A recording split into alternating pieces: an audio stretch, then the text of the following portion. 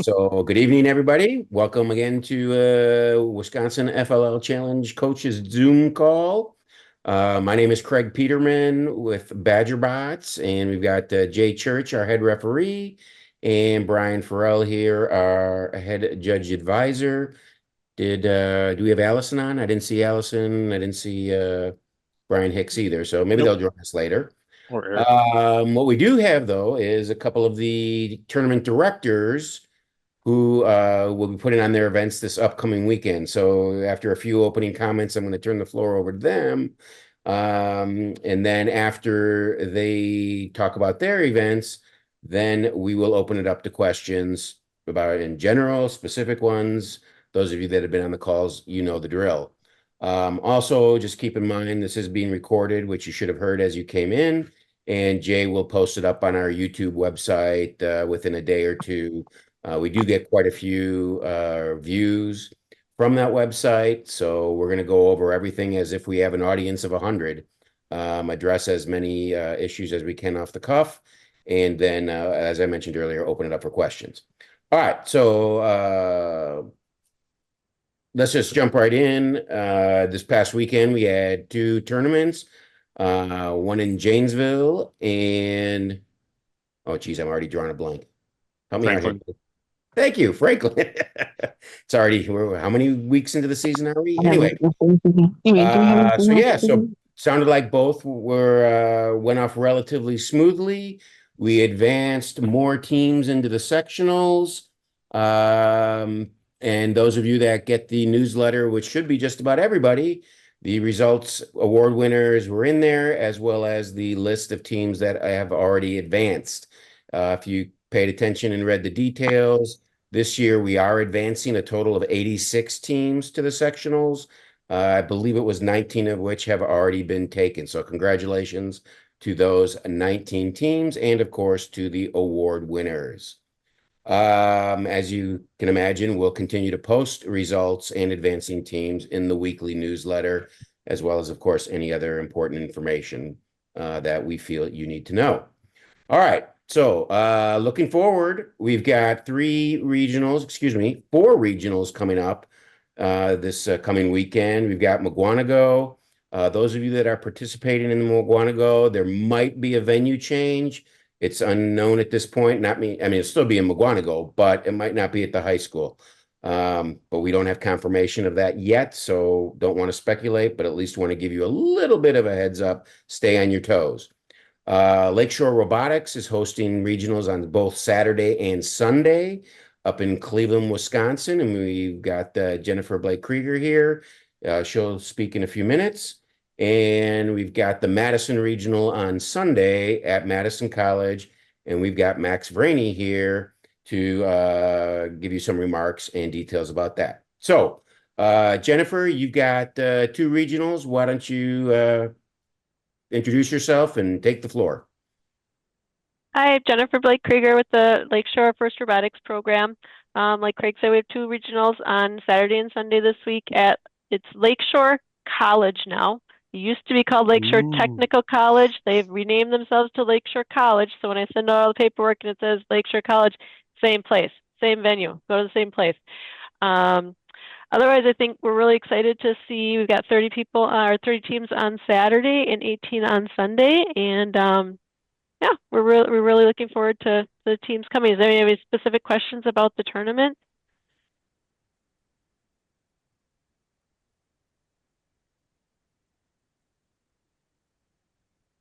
Are there any of the logistical issues that teams need to know about? At least those that aren't familiar with the area? They've had some, in addition to a new name, there has been some change to the building itself. They've added on. As far as I'm aware, everything still, as far as entry, is still the same. Parking is still the same. Just it'll look a little different when you get there. We will be sending out maps. I hope to get the email out to teams on Wednesday afternoon with all of that information. I already did send out the schedule last week, so I'm hoping that if everything goes according to plan, I can get it out Wednesday, but if not, it'll come out Thursday, but everybody knows when to be there. So at least that's covered. Within the packet that an email I'll send, I'll include the maps. I'll include another copy of the schedule. As of right now, there's been no changes, knock on wood, to that. And pretty much if you've been to the event before, we're running it the same way as we always have. So we're looking forward to seeing everybody. Okay. We've got 30 teams competing on Saturday, Saturday. and 18 teams competing on Sunday. Right. Right. Okay. And they're both days. We've got 10 teams on Saturday advancing to Oak Creek on December 14th, and 6 teams on Sunday advancing to Oak Creek on the also on the 14th. So just that's that bit of information, right? That's what we have. That is correct. Okay. All right. We are on the same page, thank goodness. Whew. All right. Any questions for Jennifer, for those participating or just interested? Are you in need of any volunteers for anything? Always, always. So Okay. we do need some more judges. We do need some more just floaters. We need some people to I think, Jay, I think that Arrow was talking with you and communicating with you with regard to referees, correct? Yeah, I think we filled. He had a need for one on Saturday. I think we have that. He was looking for, I think, 2 or 3 on Sunday. So I don't have access to your VIMs. I don't know who's assigned where. So Okay. yeah, but we have talked. I sent Okay. people that I know were Okay. available. So I was in there before we started the call, so and I saw his email that he was talking to you, but we will always we can always find something for people to do if they're interested in volunteering.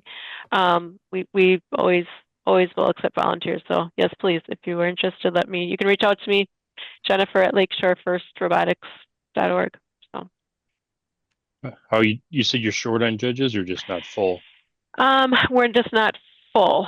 I Okay, think good. that, yeah. So I think, again, Arrow's reaching out. He's always been the primary volunteer contact. He's always managed that. So I believe he's on top of it. But again, we will not turn people away. So Brian, you want to make the pitch for coaches to judge? Sure. Which Brian? The one's on the line. Oh, Hicks We joined can- us? we- Oh, okay. Yeah, we both can say the same thing. All right. Well, I'll let either you one go. of you. You can do it. Oh, you're gonna let me? Okay. Yeah, I'll let you do So, yeah.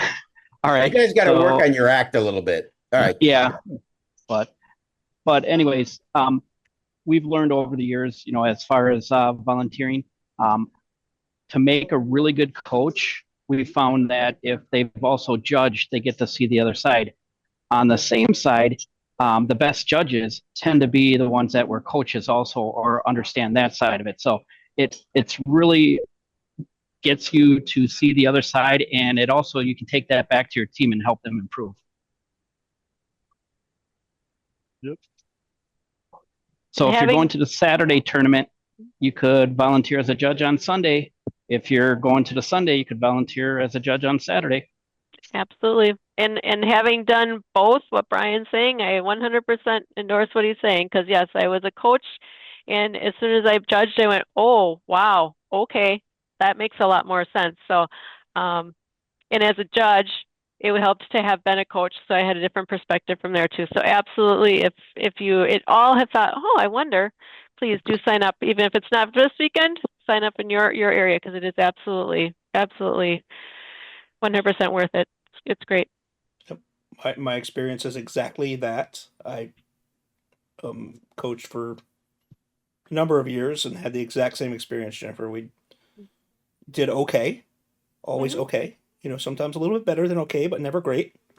And then we were talked into being judges, and it's life changing. If you're going to be a long time coach, or you're going to be in it for a while, and you always wonder, how come these teams are advancing? How come we can't get over that hurdle?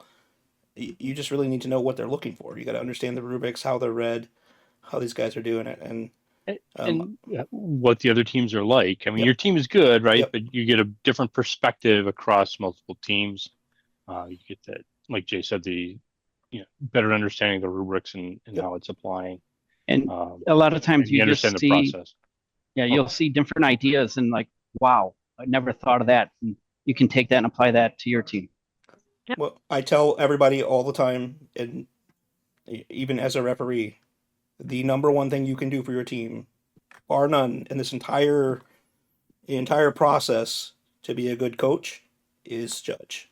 You have to understand what they're looking for in order for you to understand what, how to help your team get there. So, not that we don't want you to ref, we want you to ref too, but And Plus, it's you get lot a of- really it cool is- red polo. It's really it's a lot exciting. of fun too. It's a lot of fun. It's Oh, a lot yeah. of cool stuff you see from the kids, and It is. it really gets to be. It is a good day. Well, And- and I mean that's how I got started 15 years ago. I was walking in with my son's team. I got pulled aside. Here, we need help. So, and I'm still here. And I'll just say that in general, across first programs, the best volunteers are former students. The second best volunteers are former coaches and mentors. That's true for all first programs, FRC, FLL, FTC, FRC. All right. Well, we'll see if we get any judges out of that recommendation from all of you. That's awesome. All right. Anything else for Jennifer before we pass it on to Max? Hey, Craig, this is Ben. Can you hear me? I can. Yeah. So Jennifer, you have so many teams there. I know Craig has promoted this over the last couple of meetings, but we do have a survey where we're trying to get feedback on understanding, hopefully, what we could do to end up increasing adoption. If Yeah. you could advertise that survey, I know Craig sent it out. That'd be great. We're sitting right now at around 45 people have took the survey. We'd hope to get to around 200 after regionals is done, and I think this is a weekend where we have a lot of teams participating. So if you could promote that, that'd be great. Very Okay. good. Thank you, Ben. I had forgotten about that. Yep. Craig, Yep. is there any chance that you could resend that link? Because it's probably buried in the 8 million emails. I will. And I then had Ben, I had ahead. some laminated flyers and with the Yeah. QR code on it. I'm afraid they're somewhere in the trailer, which I'll never find. okay. I'll just make new ones. Okay, because that was my question. If we had some with QR codes, we can go and we can plaster Yeah. the walls, absolutely, and we can put one on each of the teams' pit tables, and we'll get them out there, absolutely. And I've got 4 from the West Salem one, Craig, that are laminated. So I was just going to drop them off on Sunday in Madison since that one's going on. We'll be down there anyways. Perfect. Yep. I'll make another 10 or so. Take them up to Lakeshore. Great. I'll be at Lakeshore on Saturday. Okay, wonderful, Matt. I will. I'll be up there Madison too, on Sunday. Jennifer, on Saturday. wonderful. Looking forward to seeing you guys. Thank you. All right. Question for you, Jennifer. Oh, Your concessions. Yes. Those run by your teams? It is a yes-ish. Okay. It's run by our because we have the FRC teams and the FTC teams also doing scrimmaging. We do pull some of our students in, but it is primarily a fundraiser for our FRC teams to travel to competitions. So it is mostly staffed by FRC mentors, and we get quite a few FTC students that are helping out. So the hope is that they help out there and know that eventually that money is going to come back to them to travel when they get to FRC. But yes, it is absolutely a fundraiser for our teams for travel. Yep, that's one thing to remind the coaches to tell your parents too is, there's oftentimes a very good deal at those concessions, but also, yeah, you can run to the burger place down the street, but you're actually helping a robotics team out if you buy the concessions. We are a little bit lucky because the only place to eat around there is Subway. So if you want something warm, you kind of got to come to us. But There you go, yeah, Captain. but- yep. Yep.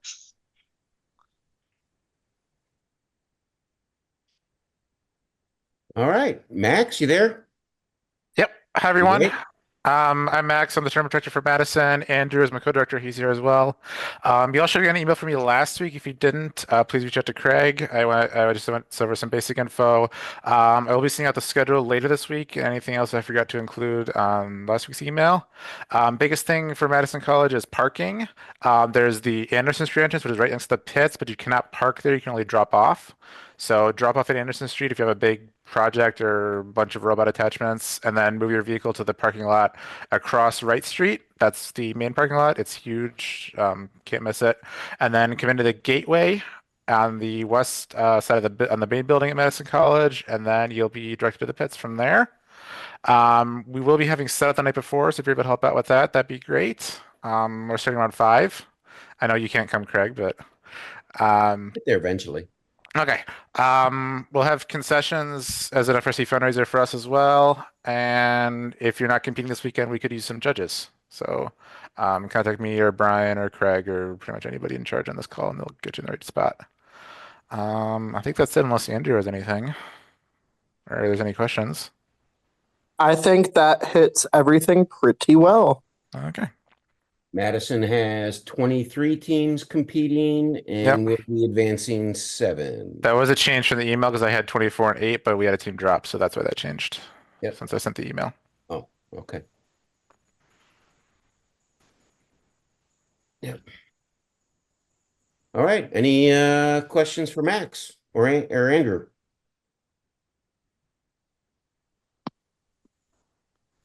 Right. Is there anybody here from McGuanago that I don't recognize by chance? If not, we'll just have to wait until they start communicating. Hopefully that will be coming out soon. All right. Yeah, Well, thank you, Jennifer. Thank you, Max. Jay, anything on tips from the refs?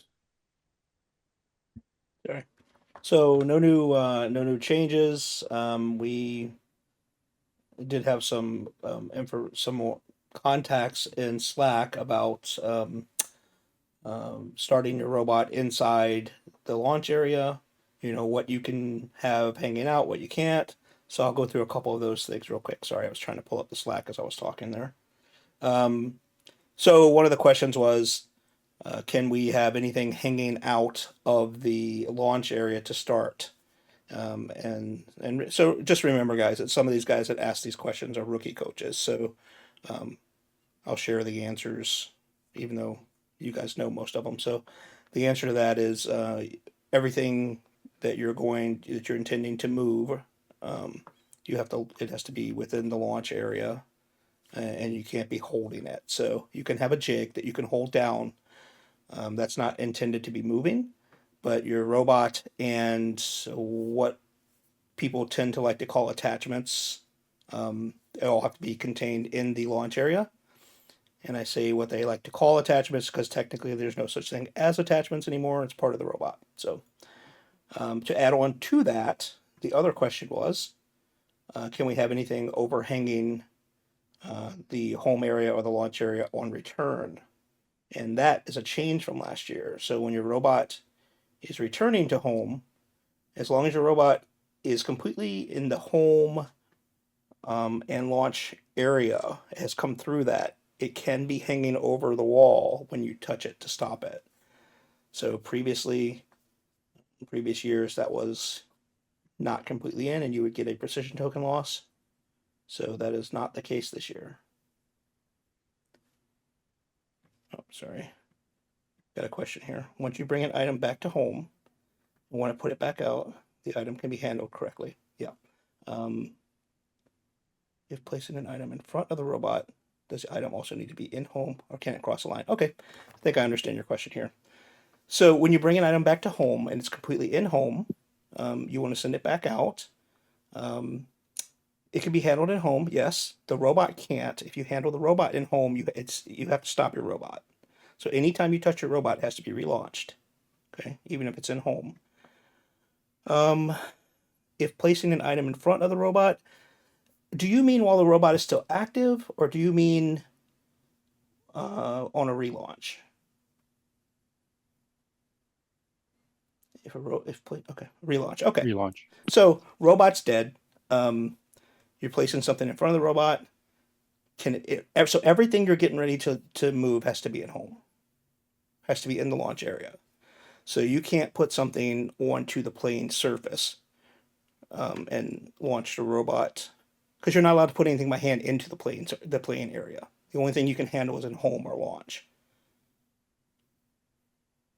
So I hope that clears that up. So you can certainly put something in front of your robot or touching your robot, like a coral reef or whatever. You can certainly do that and then push it out. So new code has to be started. You cannot add a pause to reposition for the second part. So yes and no. Like I said, if you touch your robot, you have to relaunch it.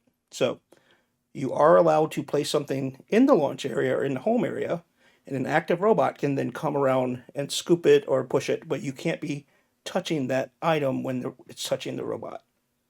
So you can feed it, right? You can place it so your robot is out on the field somewhere. You can put a coral reef inside the launch area. The robot can come in, grab it, scoop it, and go. But if you touch your robot, you have to relaunch. Okay. Or if you touch anything that's touching the robot.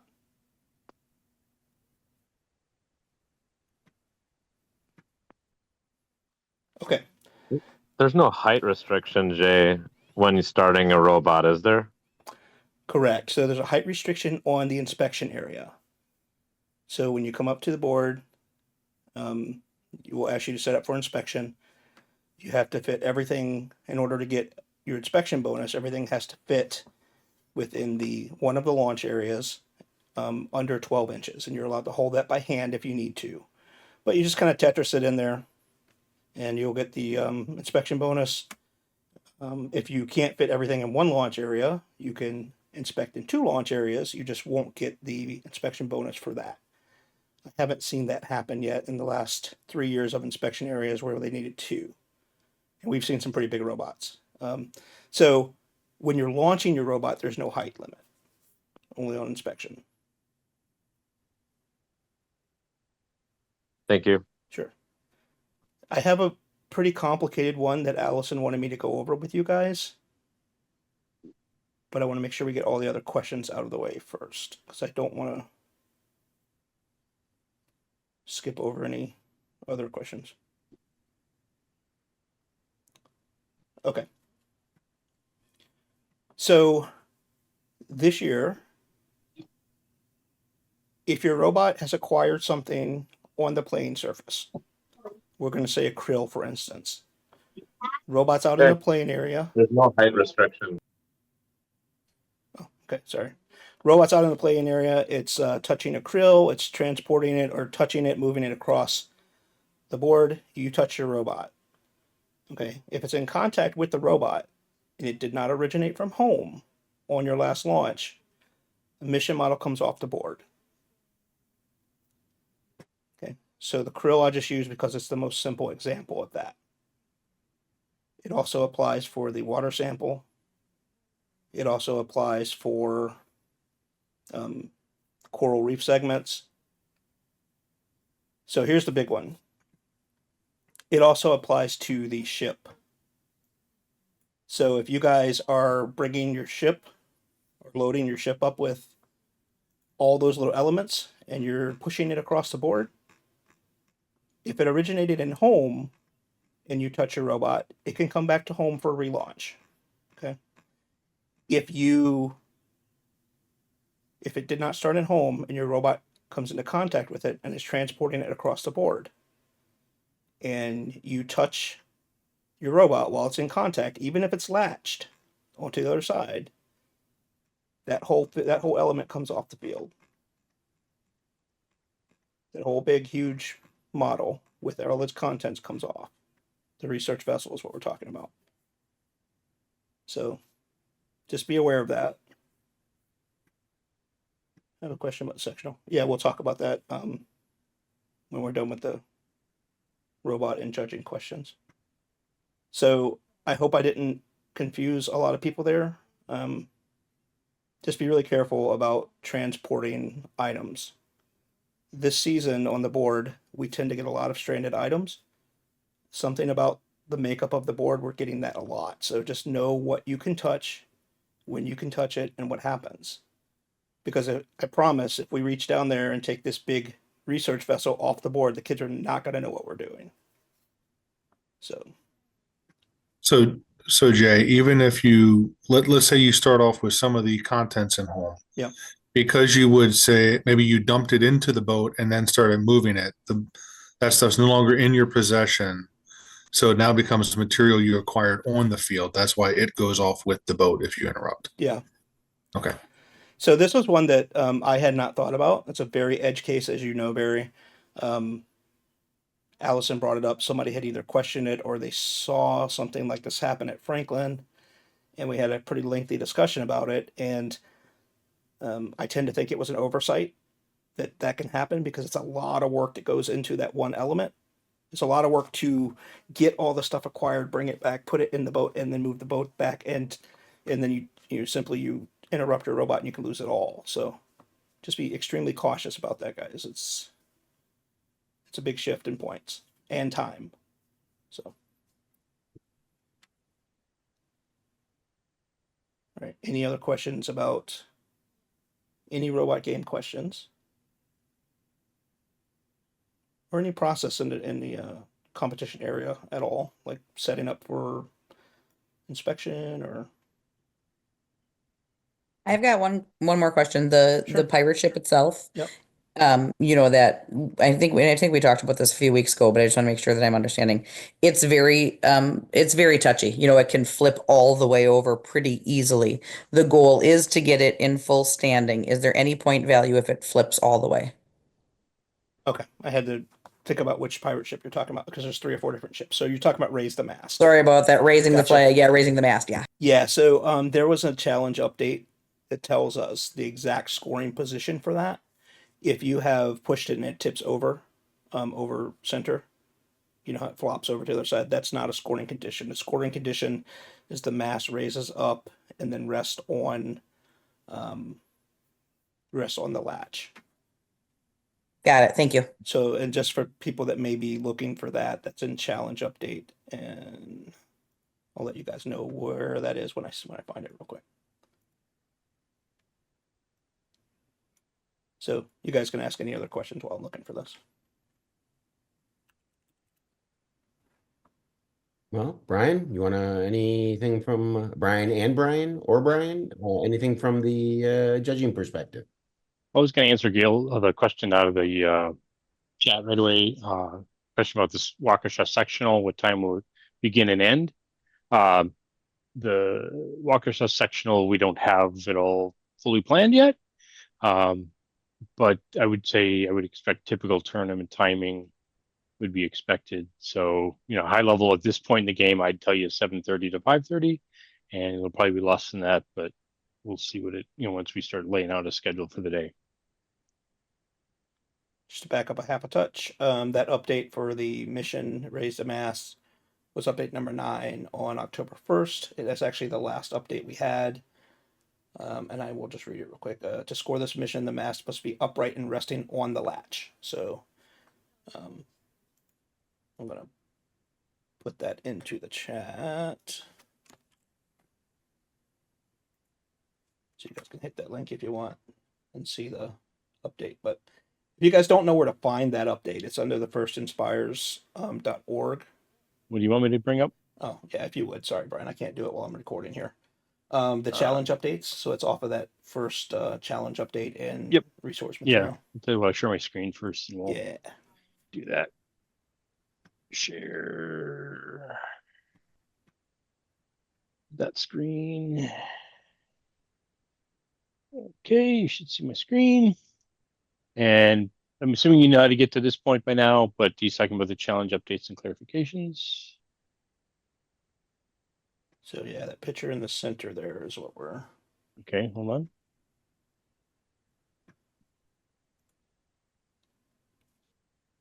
So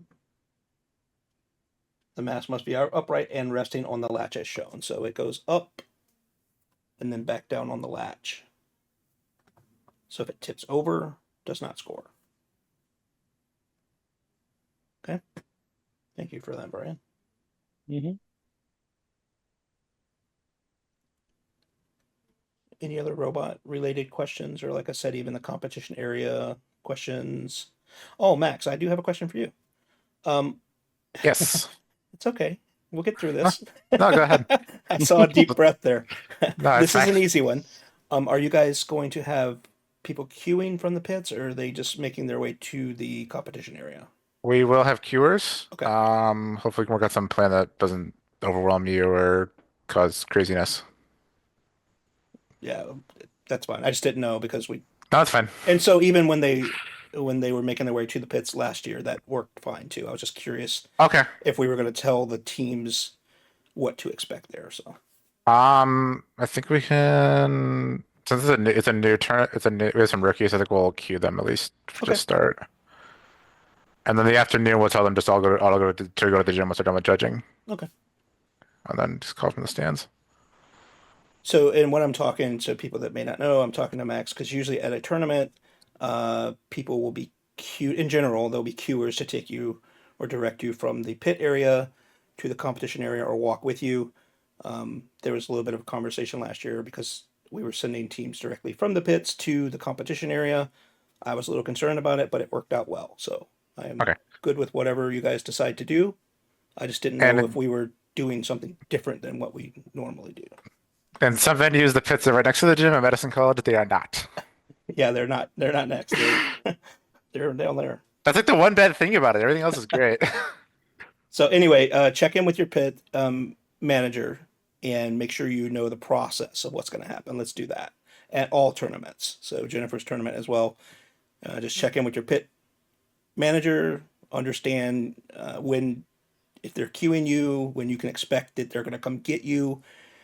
Please be in your pit area or wherever they tell you to be on time, because we like to try to get you guys to the competition area 5 to 10 minutes ahead of your scheduled time, because we like to start our matches on time. So before the matches, there's a setup, there's the inspection.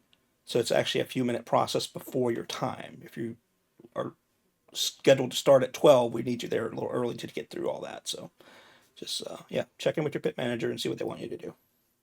And just as long as we're recording this and people might be watching it, at Lakeshore, we have queuers for the judging rooms, but we do not have queuers for the competition because it's all just right. It's just up the steps. It's right there. Right. So we do not have queuing for it. What we do have is very clearly marked red and yellow signs that say red queuing area, yellow queuing area.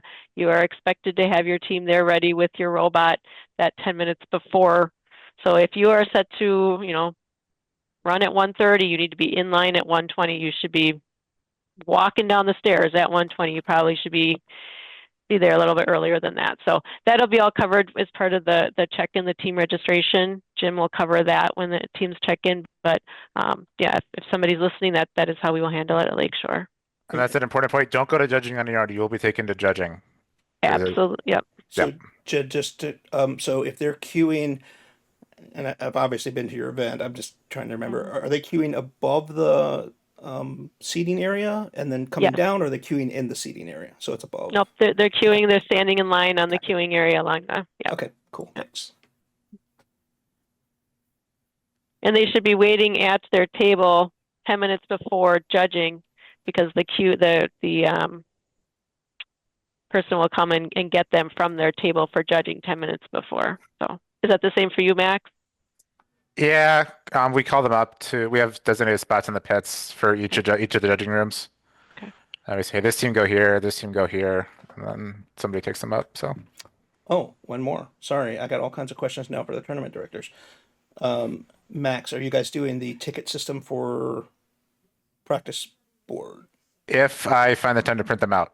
Okay, fair. Anyway, check in with your pit manager. Yeah. Understand what time you're available to practice. Sometimes there are tickets that give you preference, blah, blah, blah, blah. If not, there'll be a sign up of some sort. We So, have fewer teamsters, so then we might not need them. We'll have to think about that. got you. Okay. And If we they will have are- them. Go ahead. If they have them, they'll be in your registration packets when you check in.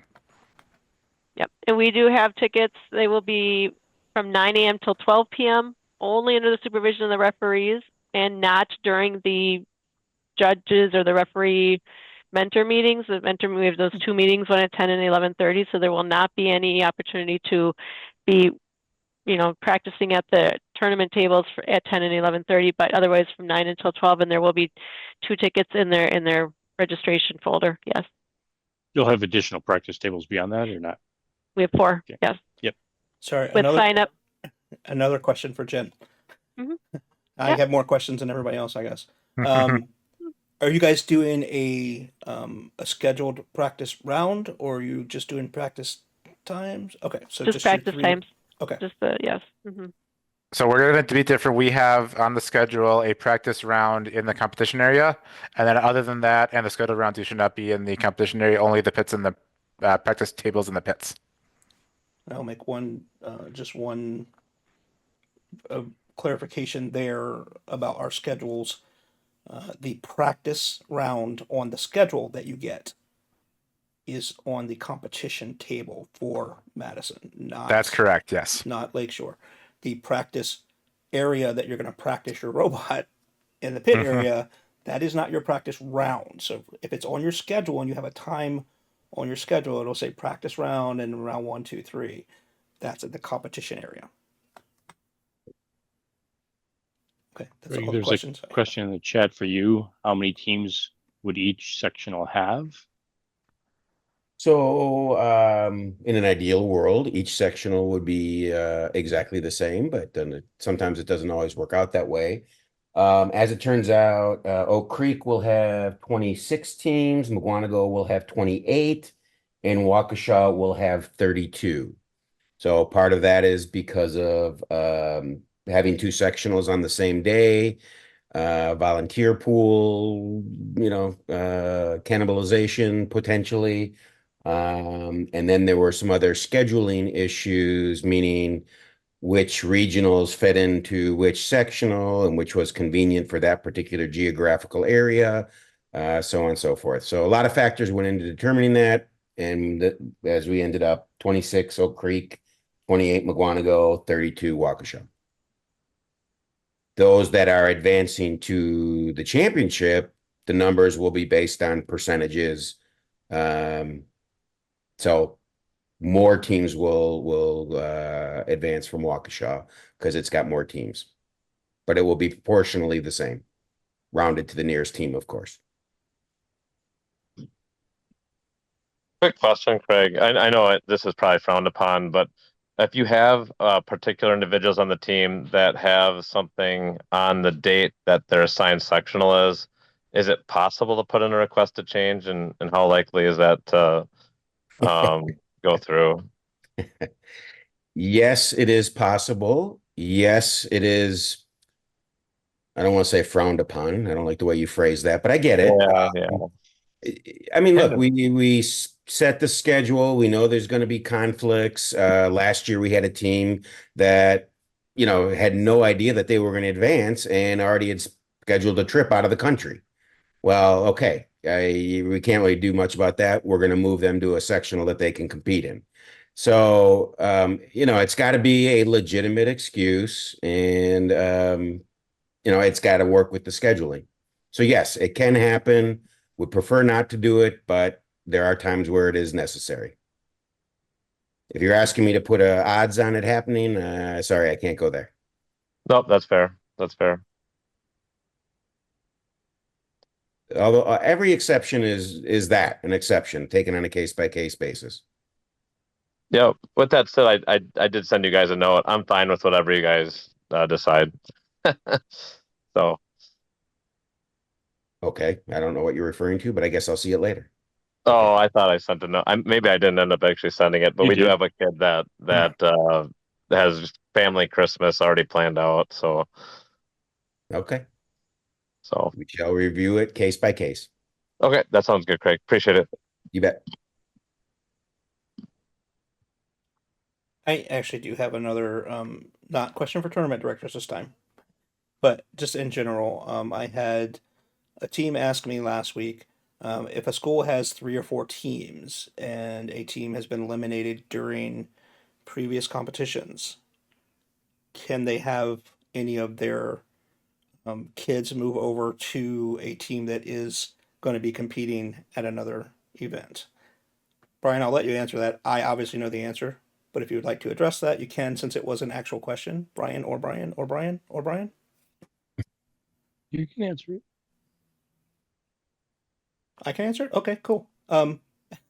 So first expects the team that is competing at the event, everything they present, and the team is the same team that did the work for that specific team. So if you have 3 teams in your school, 1 team was eliminated, you can't take your superstar from that team, bring them over, and let them compete on your other team. All work that's presented must be the work of the kids that are on that team the entire time. And Brian is pulling up participation rule. Did I do okay? Hicks, did I pass? Yeah, I've turned up. I'm looking for the actual wording. Oh, okay.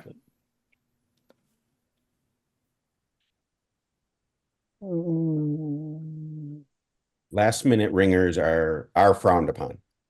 Well, they're not allowed. That too. And you kept the 10 students total, so no super Right. teams. Right. Yeah. So that's a good point, Max. Some robotics programs have a robotics club. So you are not allowed to field, or you're not allowed to have 40 kids doing work on project, doing work on programming, and then field your top 10 to a team. Okay. The, all the work presented, to the judges at the tournament on the competition field must be the work of the kids that you have there. And if you think about it, it really doesn't align with core values. So I didn't have a team try to do that, but they did specifically ask if they were permitted to have their programmer from one team come over. I was like, no, you can't do that. Yeah. I think that they should be encouraged to come and watch and cheer and support the other students from their Sure. school. Absolutely. Yeah, Or absolutely. volunteer, or there's all sorts of stuff you can do. And I guess I'll tell you what, since we're talking about behavior that we obviously try to prevent, we are having incidents of overzealous, excited coaches jumping on laptops in the pits when they shouldn't be. We do have now posters that are going to be posted in the pits that say, our ethos is kids do the work. And we take that very seriously. Basically, we're trying to cut it off. And, I've communicated this to the tournament directors, the judge advisors. If they see an overzealous coach, what we want to do is politely, quietly let them know that their behavior, with them working on a laptop is not appropriate. If there is a reason, like the whole laptop blew up, you need to talk to the tournament director or the pit manager beforehand, that you have this catastrophic situation that only the coach can solve. But other than that, it's really hard to justify why a coach should be on a laptop at the practice pit tables.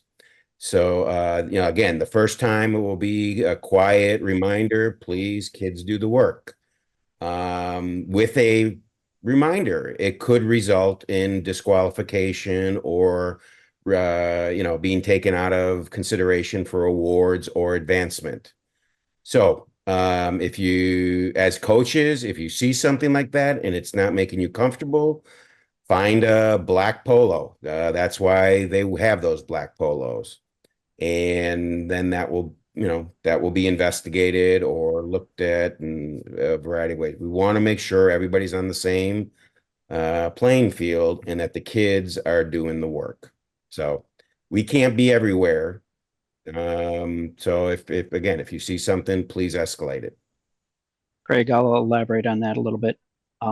We just recently had one when the team was in judging, one of the parents or spectators felt to ad lib a little bit.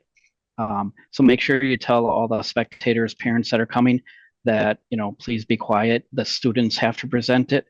It didn't affect the team, but if it continued, it would have. It's actually really easy for the presentation, right? The parents and coaches go in first. Yep. All they have to do is be quiet for the next 30 minutes. Passive Right, observers. Right. They felt they needed to add the students probably forgot something, so they felt like they wanted to make sure they got it out, but that's not the way to do it. Yep. Okay. Yeah. All right. Good. Yeah. Remind the parents and as coaches, just remind yourselves and the other coaches, Craig's saying, the kids do the work. We know it's easy to want to help them out, and we know that you want them to be successful. But this is how they learn and grow. And it's not about winning awards. It's about growing people and training people. With that said, I know winning's fun. Don't get me wrong. But it's really about the growth that we're and the learning that we're after, not the awards. And the team, doing it to the best of their abilities. The best is all you can ask.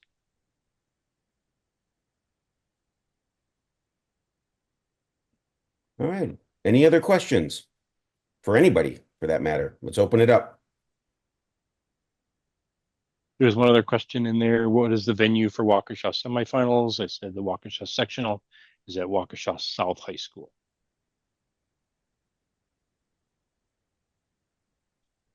Okay. All right. Well, if there aren't any further questions, I guess I'll conclude with a couple administrative things that I should have brought up earlier. There still are a small number of teams that are not event ready. What event ready means for those few, 2 coaches registered at firstinspires.org with the team registration, both coaches having completed the online youth protection program training. Once though, and of course, paying first fee. So once those are accomplished, my screen will, show event ready and we're all good. There are no exceptions to this particular requirement. So those few teams that are left, you still got time, but the clock is ticking. So please get that done. Thank you. Enough said. Also, there's still the entry fee, team entry fee payments of $175. Some of those are lingering. I give a 1-week notice. A week before the tournament is coming, just a reminder, should give you plenty of time. If there is a problem, I need to know about it. Otherwise, that also is a potential way of, preventing your kids from participating. So let's not get those things in the way. We've had a good stretch so far at the beginning of the season. Things have gone well. I'd love to see that keep going for the remainder of the season. Hello, Jerry. All right. If there's nothing else, then we'll call it an evening. Good luck to all teams participating in Mukwonago, Lakeshore, and Madison. I'll see a lot of you at a lot of different places. Thank Good you, night, guys. everybody. Good night. Take care. Thank Thanks you. for all you're doing. Good night, everyone.